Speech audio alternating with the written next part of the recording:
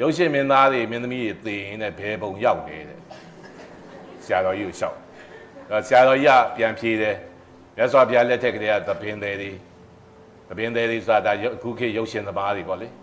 အဲ့တော့သူကစင်ပေါ်ကနေပြီးတော့အခုဆိုရုပ်ရှင်ဆိုရင်ပိတ်ကားပေါ်ကနေပြီးတော့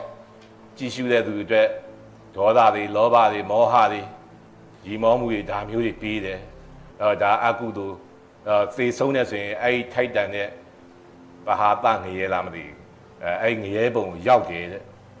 အဲ့တော့ကျွန်တော်ကြောက်ပါဟာမဖြစ်တော့ဘူးငါသိရင်တော့ငရဲတော့ကြာမှာပဲဆိုတော့ဆရာတော်ကြီးရဲ့တရားတွေနားတယ်နောက်ဆရာတော်ကြီးတရားစခန်းတွေဝင်နေဒီဘာသာရေးစာအုပ်တွေကျွန်တော်ဖတ်လာတယ်ဆရာတော်ဦးစောတိကားတို့ဒီစာတွေကျွန်တော်ဖတ်လာတယ်နောက်ရှင်သန္တာကပြီးဝင်သားတို့ဆရာတော်ကြီးရဲ့စာတွေဖတ်လာပြီးတော့ဒီအချိန်မှာတိုက်ဆိုင်2001မှာဒီနိုင်ကူညီ